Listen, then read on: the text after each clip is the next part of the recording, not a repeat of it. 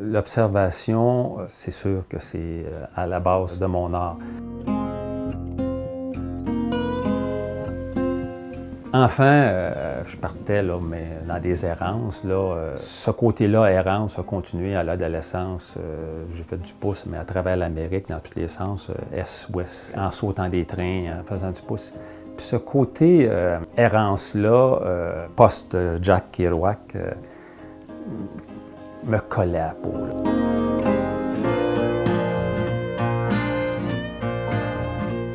C'est seulement rendu dans la vingtaine quand je me suis mis à faire de la peinture, que je me suis rendu compte que mon travail avait commencé à l'enfance. Tout ce que j'avais regardé, tout ce que j'avais regardé avec une observation non focale, pas focale, une observation comme on entend des sons, les ambiances qui te rentrent dedans.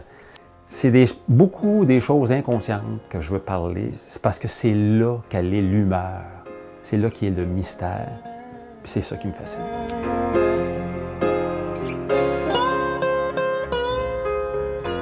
Je pense que c'est assez évident que je fais beaucoup participer le regardeur. Quand on regarde un de mes tableaux, c'est facile d'entrer dedans. On devient le kidam qui est peint dans le tableau, qu'on voit de face ou de dos. C'est lui, c'est moi, c'est n'importe qui. On peut se projeter. Pour ce qui est de clés pour comprendre ma peinture, je dirais un sentiment de solitude, mais de solitude heureuse. Un mystère qui n'est pas inquiétant.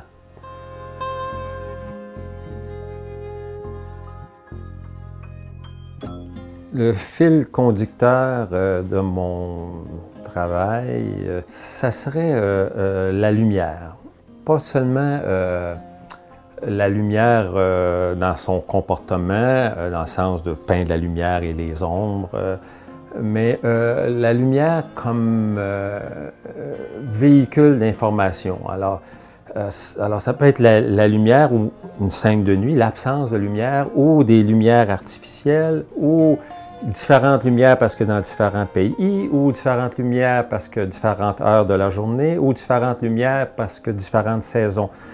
Et c'est comme si je me suis rendu compte que la lumière était le plus grand véhicule d'information visuelle si on veut être précis pour décrire une ambiance à ce moment-là, à cet endroit-là.